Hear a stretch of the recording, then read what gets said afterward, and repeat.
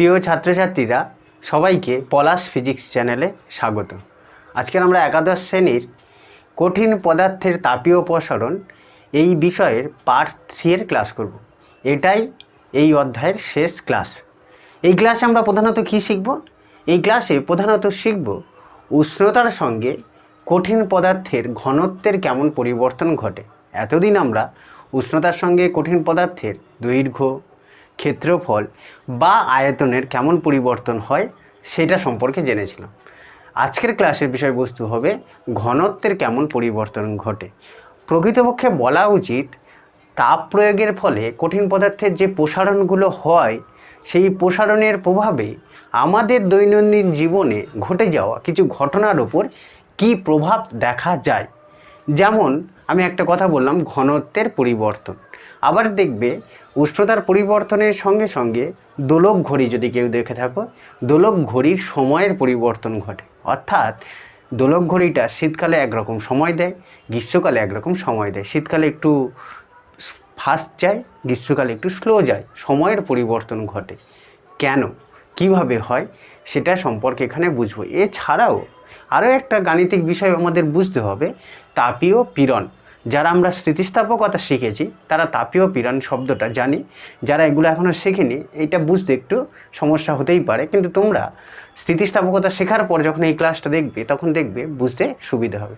যাই হোক, আমি ধরে নিচ্ছি আমরা সবাই যারা এই ক্লাসটা দেখছি বা এই ক্লাসটা করছি তারা সবাই স্থিতিস্থাপকতার ধারণা আছে বা সরল দোলকের ধারণা আছে, পর্যায়কালের ধারণা আছে। এই সম্পর্কে আমাদের একটা ধারণা আছে ধরে নিয়ে আমি এই ক্লাসটা শুরু করছি।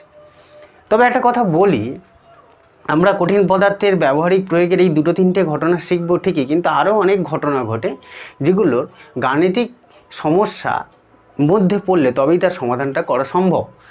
যেগুলোর সমস্যার সমাধানের জন্য আমরা আগের যে সূত্রগুলো, গাণিতিক সূত্রগুলো শিখেছিলাম না, সেগুলো দিয়েই সমাধানটা করা সম্ভব। তাহলে আজকের ক্লাসের আমাদের প্রথম এবং প্রধান বিষয়বস্তু হবে উষ্ণতার সঙ্গে ঘনত্বের পরিবর্তন। তোমরা সবাই একটু লক্ষ্য করে দেখবে বাড়িতে যে সরষের তেলের বোতলগুলো থাকে, যেটা 1 লিটারের বোতল বলি আমরা, 1 লিটার বলি তো, 1 কেজি নয়, কিন্তু খেয়াল রাখবে 1 লিটার এবং 1 কেজি একই জিনিস নয়। কারণ 1 কেজি হচ্ছে ভর, বস্তুটির ভর কত, আর 1 লিটার বস্তুটির আয়তনকে প্রকাশ করে। ফলে লিটার এবং কেজি একই শব্দ নয়। অর্থাৎ আমি যেটা বলতে চাইছিলাম আরও একবার বলি, আমরা বাড়িতে যে 1 লিটারের বোতলগুলো দেখেছি, ওই বোতলে দেখবি লেখা আছে, ওই বোতলের গায়ে যে কাগজটা থাকে তাতে ভালো করে লক্ষ্য করে দেখবে আজকের, সেখানে লেখা আছে যে বোতলটির মধ্যে যে তরল পদার্থ বা তেল আছে তার ভর 910 গ্রাম। আবার এরকম লেখা আছে 20 ডিগ্রি বা 25 ডিগ্রি সেন্টিগ্রেড উষ্ণতায় 910 গ্রাম। অর্থাৎ আমরা বলতে পারি আমাদের বাড়িতে যে সরষের তেলের বোতলটা আছে তাতে কত আয়তনের সরষের তেল আছে? 1 লিটার আয়তনের। কত ডিগ্রি উষ্ণতায় ওর ভর? 20 ডিগ্রি উষ্ণতায় ওর ভর হবে 910 গ্রাম। অর্থাৎ তুমি যদি 20 থেকে অন্য কোনো উষ্ণতায় মাপো, দেখবে ওর ভরের পরিবর্তন না হলে ওর আয়তনের পরিবর্তন ঘটে গেছে, ঘনত্বের পরিবর্তন ঘটে গিয়েছে। তাই কোনো বস্তুর ভর উল্লেখ করার সময় তরল পদার্থের, কঠিন পদার্থের এরকম উষ্ণতার কথা উল্লেখ করতে হয়। আমি এটা তরল দিয়ে উদাহরণ দিলাম, কিন্তু কঠিন পদার্থেরও উষ্ণতার সঙ্গে সঙ্গে ঘনত্বের একটা পরিবর্তন ঘটে। আমরা সবাই জানি ঘনত্ব কি। ঘনত্ব, কোনো বস্তুর ঘনত্ব কিভাবে পাওয়া যায়? ঘনত্ব হচ্ছে কোনো বস্তুর ভর আর আয়তনের অনুপাত।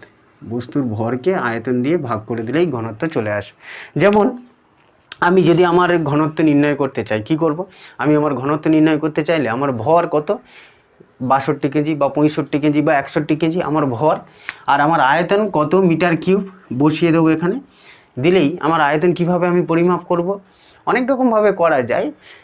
আমরা মাপনী চোঙের সাহায্যে খুব সহজে আমার আয়তন পরিমাপ করতে পারি। মাপনী চোঙ মনে পড়ছে তো কেমন? এরকম একটা বড় মতো চোঙ ছিল যার গায়ে দাগ কাটা থাকতো।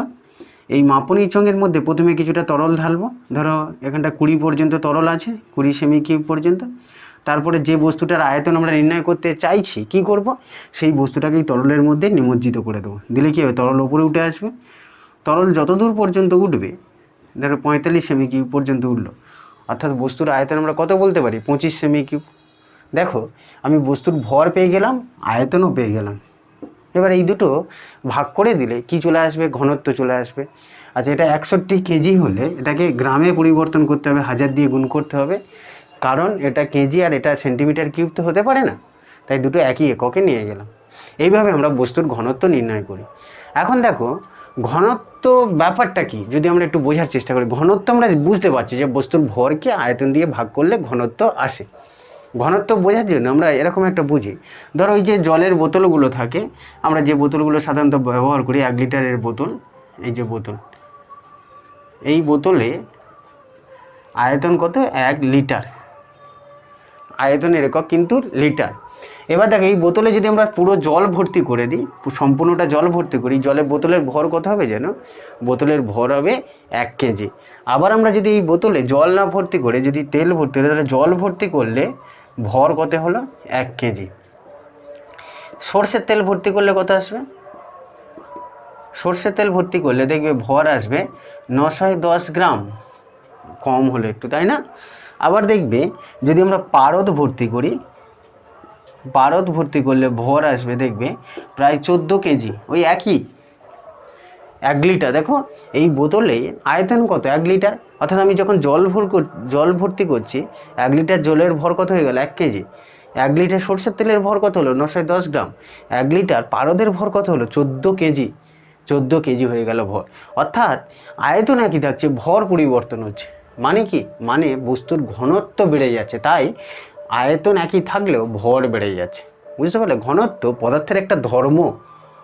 কি ধর্ম? যেটা প্রকাশ করে যে একক আয়তনে ওর ভর কত, সেটাই ঘনত্ব। ভর দেখো বৃদ্ধি পাচ্ছে না, কম বেশি হচ্ছে, আয়তন কিন্তু একই আছে। কেন এই ঘটনা ঘটছে? আয়তন একই থাকছে, ভর কম বেশি হচ্ছে কেন? কারণ ঘনত্বের পরিবর্তন ঘটছে বলেই ঘটনাটা ঘটছে। বুঝতে পারলাম তো নাকি? তা আমরা এই ঘনত্বের, উষ্ণতার সঙ্গে কঠিন পদার্থের ঘনত্বের কেমন পরিবর্তন হয় সেটা একটু বোঝার চেষ্টা করব। কি হয় দেখো, উষ্ণতার সঙ্গে যে কোনো পদার্থের ভরের কখনো পরিবর্তন হয় না। অর্থাৎ তুমি 1 কেজি সোনা কঠিন পদার্থ, এই 1 কেজি সোনাকে তাপ প্রয়োগ করে গরম করলে কি ওর ভর 1 কেজি থেকে 2 কেজি হবে না, ভরের কখনো পরিবর্তন হয় না। তাহলে তো খুব সুবিধা হতো, তাই না? আমরা 1 কেজি সোনা কিনে আনতাম, উত্তপ্ত করে যেটুকুনি ভর বেড়ে যেত সেটা বিক্রি করে দিতাম, আবার রেখে দিতাম, আবার উত্তপ্ত করতাম। হয় না। কি হয় না? উষ্ণতার পরিবর্তনের সঙ্গে সঙ্গে কঠিন পদার্থের ভরের কোনো পরিবর্তন হয় না। কিসের পরিবর্তন হয়? আয়তনের পরিবর্তন হয়। যদি আমরা কঠিন পদার্থের উষ্ণতা বাড়াতে থাকি, কী হবে? ওটা আয়তন বাড়তে থাকে, আর আয়তন বাড়তে থাকে বলেই কি হয়? ঘনত্ব কমতে থাকে। ঘনত্বর কেমন পরিবর্তন ঘটে, অর্থাৎ উষ্ণতা 1 ডিগ্রি বা 2 ডিগ্রি বা 5 ডিগ্রি বাড়লে ওর ঘনত্বটা কত কমে, সেটাই আমরা নির্ণয় করার চেষ্টা করব। তাহলে আজকের ক্লাসের বিষয়বস্তু আশা করি বুঝতে পেরেছ। কি? যে উষ্ণতা বাড়লে কঠিন পদার্থের ভরের কোনো পরিবর্তন হচ্ছে না, অথচ আয়তনের পরিবর্তন ঘটে যাচ্ছে, তাই তো? আয়তনের পরিবর্তন ঘটছে মানেই কি? মানেই ঘনত্বের পরিবর্তন ঘটছে। ঘনত্বের কেমন পরিবর্তন ঘটে সেটাই আমরা নির্ণয় করতে চাইছি। চলো শুরু করি।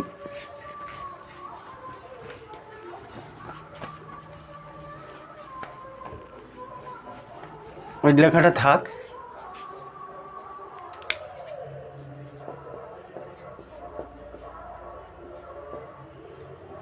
উষ্ণতার সঙ্গে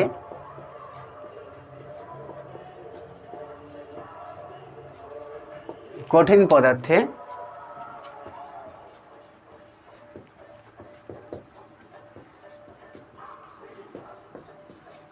ঘনত্বের পরিবর্তন।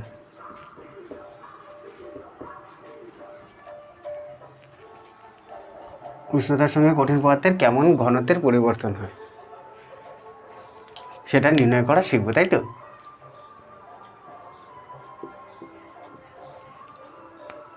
ধরি, কি ধরছি দেখো, ধরি T1 ডিগ্রি, T1 উষ্ণতায় m ভরের কোনো তরলের, কোনো কঠিনের, তরল বলছি, কঠিনের আয়তন V1। কি ধরলাম দেখো, আমি ধরলাম যে T1 উষ্ণতায় এম ভরের কোনো তরলের আয়তন হচ্ছে V1। উষ্ণতা বৃদ্ধি পেয়ে T2 করলে কী হবে? তাহলে ঘনত্ব কত হচ্ছে এখন? ঘনত্বর ইংরেজি হচ্ছে ডেনসিটি, তাই ঘনত্বকে আমরা ডি দ্বারা লিখি। ঘনত্ব D1 কত? বস্তুর ভর বা আয়তন। অনেক সময় D1 না দিয়ে এই যে ঘনত্বকে D1 বা ডি না দিয়ে রো দ্বারাও লেখা হয় অনেক ক্ষেত্রে, রো ঘনত্বের চিহ্ন। এখন দেখো উষ্ণতা বৃদ্ধি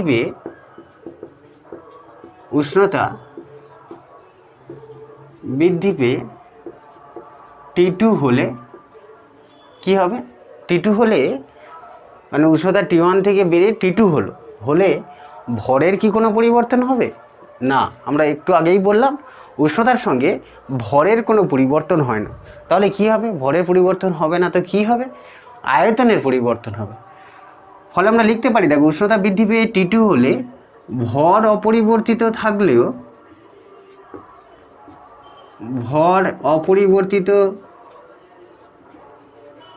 থাকলেও আয়তন বৃদ্ধি পেয়ে V2 হয়। আয়তনটা V1 থেকে বেড়ে কত হচ্ছে? V2। ফলে ঘনত্ব কত হচ্ছে? দেখো এখন ঘনত্ব মানে উষ্ণতা বৃদ্ধি পাওয়ার পর ঘনত্ব কত? যে ঘনত্বকে আমরা D2 দ্বারা লিখলাম, ঘনত্ব কত? ভর বাই আয়তন, অর্থাৎ M/V2। বোঝা গেল? ঘনত্ব ভর বাই আয়তন করলাম M/V2। এখন দেখো এই V2-র জায়গায় আমরা V2-র পরিবর্তে এবার একটুখানি আমরা ম্যাথমেটিক্যাল গণনা করব, গাণিতিক গণনা, যে উষ্ণতার সঙ্গে কঠিন পদার্থের আয়তনের কেমন পরিবর্তন হয় সেই সম্পর্ক আমরা জেনেছিলাম। কেমন জেনেছিলাম দেখো, এই পাশে একটু যদি লিখে দিই, আমরা জানি V2 সমান কত হয়? V1 × 1 প্লাস গামা ডেল্টা টি। এটা আমরা শিখেছিলাম না? অন্তিম ঘনত্ব আর প্রাথমিক ঘনত্বের মধ্যে এই সম্পর্ক 1 প্লাস গামা ডেল্টা টি, সেই সম্পর্কটা এখানে আমরা বসিয়ে দিতে পারি। কি বসাচ্ছি দেখো, D2 সমান M, V2-র পরিবর্তে আমরা লিখছি কত? V1 × 1 প্লাস গামা ডেল্টা টি, বা গামা ডেল্টা টি না লিখে এই দেখো গামা ডেল্টা টি না লিখে আমরা কি লিখতে পারি? 1 plus gamma T2 minus T1, এটাও লিখতে পারি। কারণ ডেল্টা টি কথার অর্থ হচ্ছে উষ্ণতার পরিবর্তন, অর্থাৎ ডেল্টা টি না লিখে আমরা T2 মাইনাস T1ও লিখতে পারি। তা আমি ডেল্টা টি লিখেই রাখলাম গণনার সুবিধার্থে। আর গামাটা কি? গামাটা হচ্ছে ওই যে কঠিন পদার্থটা নিয়েছিলাম, কোন কঠিন পদার্থ? M ভরের যে কঠিন পদার্থ, তার আয়তন প্রসারণ গুণাঙ্ক, মানে উষ্ণতা বৃদ্ধি পেলে তার আয়তন কতটা বৃদ্ধি পায়। আর আমরা এই সম্পর্কটা কিন্তু এর আগের ক্লাসে প্রমাণ করেছি। যারা আগের ক্লাসটা দেখোনি, আগের ক্লাসটা দেখে নিলে বুঝতে পারবে যে V2 আর V1-এর মধ্যে কিভাবে এই সম্পর্কটি এলো। আমরা সেটাই এখানে বসালাম। দেখো তারপরের লাইনে আমরা লিখতে পারি D2 সমান কত? M/V1, আর এই যে তলায় এটাকে 1 প্লাস গামা ডেল্টা টি লিখতে পারি। একই জিনিস লিখেছি। দেখো লক্ষ্য করি এই লাইনটা এবং এই লাইনটার মধ্যে কোনো পার্থক্য আছে কি? কোনো পার্থক্য নেই। ফলে কি দাঁড়ালো দেখো, এরপরে আমরা লিখে দিতে পারি M/V1 মানে একটু আগেই জানতাম বস্তুর ভর, আর V1 মানে কি? প্রাথমিক আয়তন। অর্থাৎ আমরা এর পরের লাইনে এখানে যদি লিখি D2 সমান ভর বাই আয়তন মানে কত? ঘনত্ব, প্রাথমিক ঘনত্ব D1, আর এই 1/1 প্লাস গামা ডেল্টা টি, এটাকে কি করছি দেখো 1 plus gamma delta T whole to the power -1 লিখতে পারি। তো এই যে 1/1 প্লাস গামা ডেল্টা টি তলায় ছিল, সেটাকে আমি ওপরে নিয়ে গেলাম। ওপরে নিয়ে গেলে কি হবে? Whole to the power -1।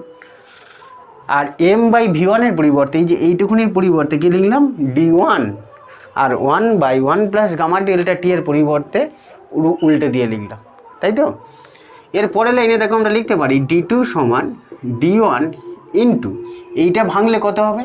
আমি আগের দিনের ক্লাসে বলেছিলাম একটা সূত্রের কথা। দেখো এখানে আরেকবার লিখি, 1 plus X whole to the power -n থাকলে কত হয়? 1 মাইনাস nx। আরও পদ আসে, সেগুলো আমরা কি করি? উপেক্ষা করি। কি করতে হয় মনে পড়ছে? এই -1টা আমি এর গায়ে -n-টের গায়ে গুণ করে দিচ্ছি। সেক্ষেত্রে দেখ ওই সূত্রটা, এই যে 1 + x whole to the power -n, এই সূত্রটা যদি আমরা এক্ষেত্রে প্রয়োগ করতে চাই তাহলে কি আসবে, এই -1টা এখানে গুণ হয়ে যাবে, এই জায়গাটায় -1টা ওই জায়গাটায় গুণ হলে কত আসবে, 1 - গামা ডেল্টা টি, তাই তো। আর এর পরে আরও পদ আসে, মানে এই গামা ডেল্টা টি এর পরে আরও কিছু সংখ্যক পদ আসবে, সেগুলো ক্ষুদ্র বলে আমরা কি করছি, উপেক্ষা করছি বা সেগুলোকে আমরা নিচ্ছি না। এবার দেখো কি হলো, d2 সমান, এইটা যদি গুণ করে দিই, এইটা একটু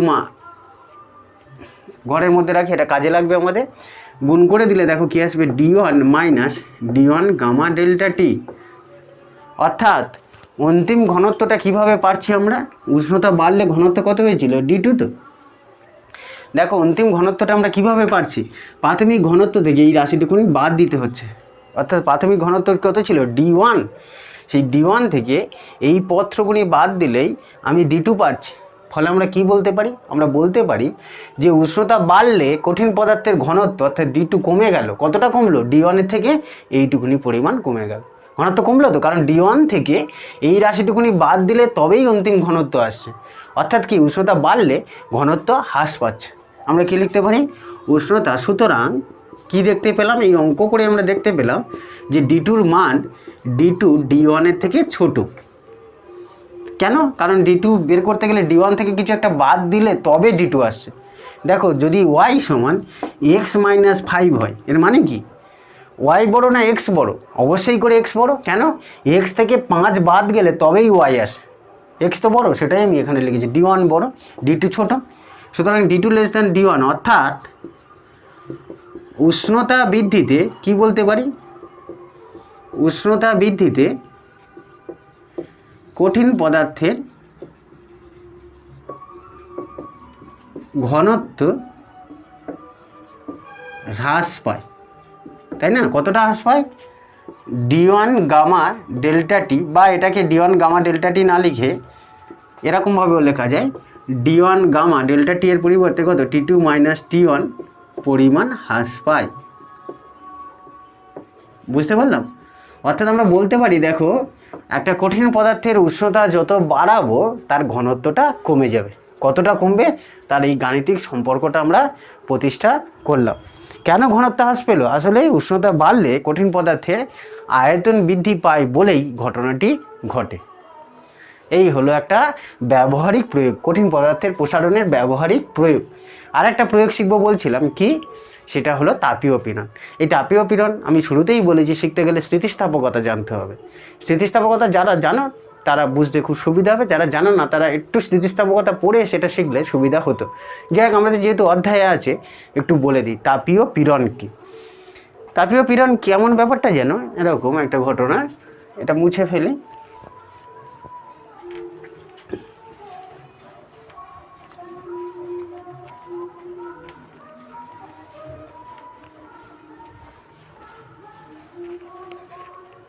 তাহলে এবারে আমাদের শেখার বিষয়বস্তু হচ্ছে তাপীয় পীড়ন।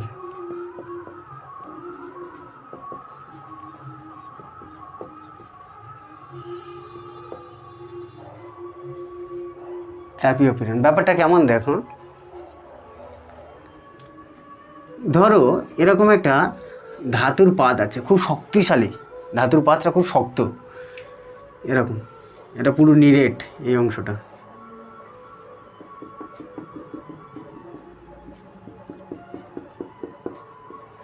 ধাতুর পাত আছে শক্ত। এবার এখানে ছিদ্র করে এর মধ্যে এরকম সরু একটা দণ্ড প্রবেশ করে দিয়েছে, এপার থেকে ওপার পর্যন্ত। এটাও ধাতুর তৈরি। এবার এখানে একটা নাট দিয়ে আটকে দিয়েছে, এখানে একটা নাট দিয়ে আটকে দিয়েছে, বুঝতে পারলে। এবার দেখো ছিদ্র করে এটা এপার থেকে ওপারে প্রবেশ করে দিলাম, এই দুটো খুবই শক্ত। আমি যদি এই ধাতুতে তাপ প্রয়োগ করি, এই ধাতুতে তাপ দিই, কী হবে, এটা উত্তপ্ত হবে, এই ধাতুটি, এই দণ্ডটি উত্তপ্ত হবে। উত্তপ্ত হলে কী হবে, দৈর্ঘ্য বাড়তে চাইবে, কিন্তু এই দণ্ড দুটো সহজে বেঁকে যাবে না, যেহেতু খুব শক্তিশালী। অর্থাৎ কী করবে, ওর তাপীয় প্রসারণকে এই ধাতুর দণ্ড দুটি বাধা দেবে। যত বলে বাধা দেয়, প্রতি একক ক্ষেত্রফলে যে পরিমাণ বলের উৎপত্তি ঘটে সেটা কি বলা হচ্ছে তাপীয় পীড়ন। কোথায়, দেখো উষ্ণতা বাড়ালে কী হওয়া উচিত ছিল, দৈর্ঘ্য বাড়া উচিত ছিল। কিন্তু ওই দণ্ড দুটো যুক্ত থাকার ফলে কি হচ্ছে, ওর দৈর্ঘ্যটা বৃদ্ধি পেতে পারছে না। কেন? ওরা খুব শক্তিশালী বলে ওর দৈর্ঘ্য বৃদ্ধি পেতে বাধা দিচ্ছে। এটাকেই বলা হচ্ছে তাপীয় পীড়ন। বুঝতে পারলে? ফলে তাপীয় পীড়ন কী বলবো, তাপীয় প্রসারণ বাধাপ্রাপ্ত হওয়ার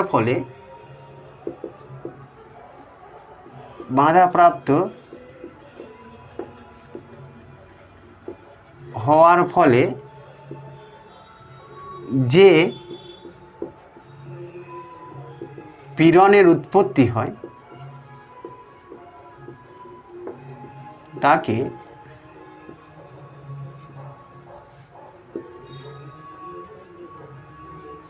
তাপীয় পীড়ন বলে। বাধাপ্রাপ্ত হওয়ার ফলে যে পীড়নের উৎপত্তি ঘটছে সেটাকে কি বলিব, তাপীয় পীড়ন।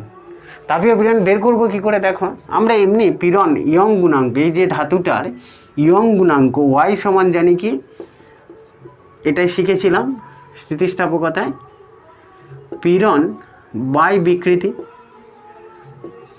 এটা কি, ওয়াইটা ইয়ং গুণাঙ্ক, এটা কি আমরা এরকমভাবে লিখতাম, ওয়াই সমান এফ বাই এ ছোটো হাতের এল বাই বড় হাতের এল।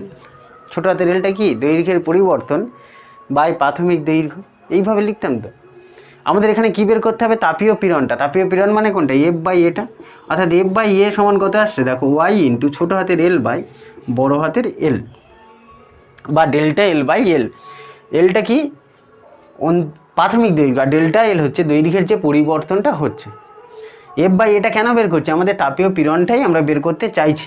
অর্থাৎ এই যে প্রসারণকে বাধা দেওয়ার জন্য যে পীড়নের উৎপত্তি হচ্ছে সেটাই বের করব। সেটা কত হচ্ছে, ইয়ং গুণাঙ্ক ইন্টু ছোটো হাতের এল বাই বড় হাতের এল, বা delta L by L. Delta L বলতে কি বোঝায়, আয়তনের বা দৈর্ঘ্যের পরিবর্তন, আর এলটা কি প্রাথমিক দৈর্ঘ্য। এখন দেখো এই ধাতুটার কথা ভাবো, ধরি ধাতুর প্রাথমিক দৈর্ঘ্য কত, প্রাথমিক দৈর্ঘ্য হচ্ছে এল, হলো। এখন উষ্ণতা বৃদ্ধি পেলে কী হবে, ধাতুটির দৈর্ঘ্য বৃদ্ধি পায়। কতটা বৃদ্ধি পায় সেটাও আমরা শিখেছি। উষ্ণতা বৃদ্ধিতে প্রাথমিক দৈর্ঘ্য এল, উষ্ণতা কত T1, এগুলো সব শিখেছিলাম। উষ্ণতা বৃদ্ধি পেয়ে, কেন উষ্ণতা বৃদ্ধি পেয়েছে, যেহেতু এই ধাতুতে আমরা তাপ প্রয়োগ করেছি। উষ্ণতা বৃদ্ধি পেয়ে T2 হলে ধাতুটির দৈর্ঘ্য কত হয়, দৈর্ঘ্য হয় কত L2, এর প্রাথমিক দৈর্ঘ্য L1 ধরলাম, দৈর্ঘ্য কত হলো L2, তাই তো? আমরা জানি দৈর্ঘ্য বৃদ্ধি অর্থাৎ L2 মাইনাস L1 সমান কত হয়, L1 আলফা ডেল্টা টি। মনে পড়ছে তো, এটা আমরা আগের ক্লাসগুলোতেই শিখেছি। দৈর্ঘ্য বৃদ্ধি অর্থাৎ আমরা এখানটা L2 মাইনাস L1 না লিখে ডেল্টা এল লিখতে পারি, কত হচ্ছে L1 আলফা ডেল্টা টি। L1টা কি প্রাথমিক দৈর্ঘ্য, আর ডেল্টা এলটা কি দৈর্ঘ্যের পরিবর্তন। এই জায়গাটায় বসিয়ে দিতে হবে। দেখো, অর্থাৎ এফ বাই এ সমান কত আসছে, ওয়াই ইন্টু এখানে ডেল্টা এল। এক্ষেত্রে এই তাপীয় পীড়নের ক্ষেত্রে ডেল্টা এলের মান কত, দৈর্ঘ্যের পরিবর্তন কত, L1 আলফা ডেল্টা টি। আর প্রাথমিক দৈর্ঘ্য এলটাকে কি বলেছিলাম, প্রাথমিক দৈর্ঘ্য। প্রাথমিক দৈর্ঘ্যের মান এক্ষেত্রে কত, L1, অর্থাৎ বসিয়ে দিলে দেখো তাপীয় পীড়ন এফ বাই এর মান কত আসছে, ওয়াই আলফা ডেল্টা টি। ওয়াইটা কি, আচ্ছা তোমরা দেখতে পাচ্ছ, দেখি ওয়াইটা হচ্ছে এখানে, হ্যাঁ দেখতে পাচ্ছ, ওয়াইটা হচ্ছে এই ধাতুটি যে উপাদানের তৈরি তার ইয়ং গুণাঙ্ক। আলফাটা কি, আলফাটা ধাতুটির দৈর্ঘ্য প্রসারণ গুণাঙ্ক। ডেল্টাটি কি, উষ্ণতার পরিবর্তন। এই হলো তাপীয় পীড়ন। অর্থাৎ এর মধ্যে যে পীড়নের উৎপত্তিটা ঘটবে, ডেল্টা টি পরিমাণ উষ্ণতা বাড়ালে তার মান কত হবে, ওয়াই আলফা ডেল্টা টি। একেই বলা হচ্ছে তাপীয় পীড়ন। আশা করি বুঝতে পেরেছে তাপীয় পীড়ন কি।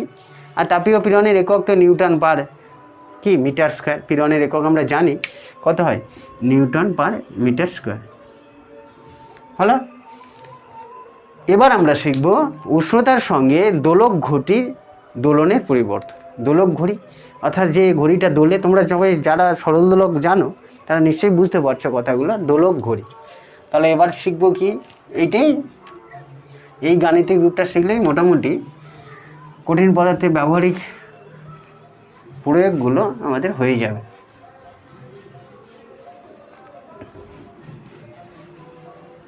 কী শিখবো? পুরোটাই মুছে নিই।